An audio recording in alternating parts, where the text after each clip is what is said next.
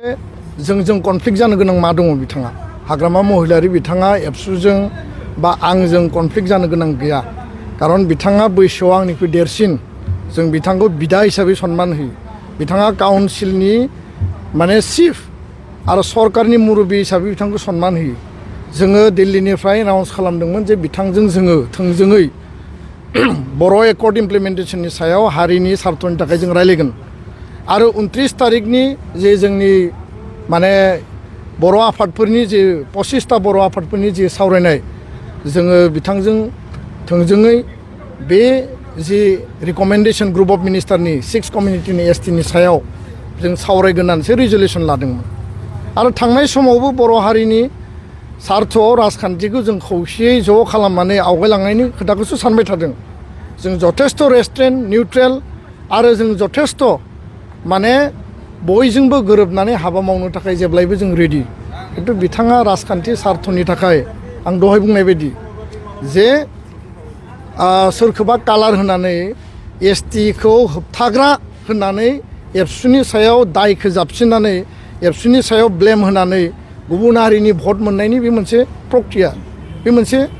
माने बिथांमोननि स्ट्रेटेजि बेयावलाय आरो बुजिनांगौ मा दङ जे एबसुनो दायखौ होयोब्ला सोरबा पार्टिनो दायखौ होयोब्ला बिथाङा पलिटिकेलि लाबालाब जागोन आंथ' बादा होआ आंथ' नोंथांमोननि एनअसि हरखांबाय आरो दा नांगौबा हरबावगोन आरो जेसेबां नांगौ हरबाय थागोन बे खोथाखौनोथ' बुंगासिनो दङ जाय एनअसियाव माने बर्तमाननि एसटिखौ एफेक्ट खालायाबासिनो एसटि होनांगौनायनि लिरनायानो गैया थोंजोङै एसटि होनांगौ होननानैसो लिरनाय दङ बेखायनो बिथाङा बेफोर खोथाफोरखौ बुंनानै लाब गैया बिथाङा जुदि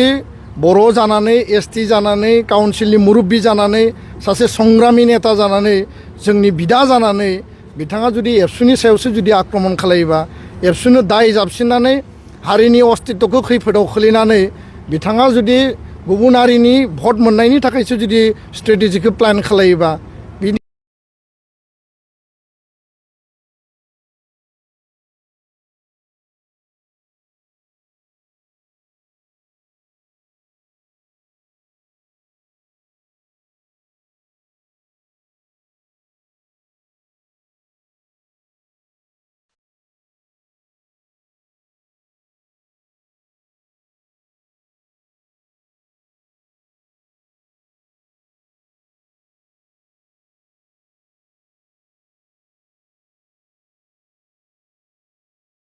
जोनोम मोन्दों